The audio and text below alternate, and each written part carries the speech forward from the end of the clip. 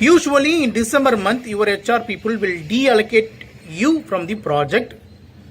They will send you to bench usually, or they will try to assign you in different code, because in IT industry mostly your client contract will be completed in December month. Okay, so after that they need to increase the SOW, they need to extend the contract.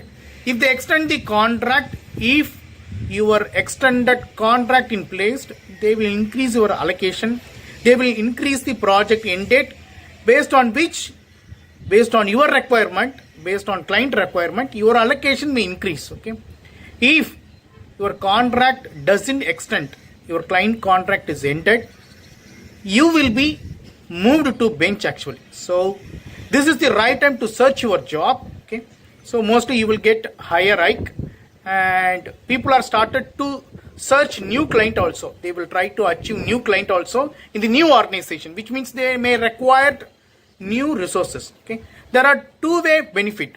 First benefit is, if they resign from the organization, you need to serve notice period 90 days. But if they move to bench, you can get quick release actually, if you are in bench actually.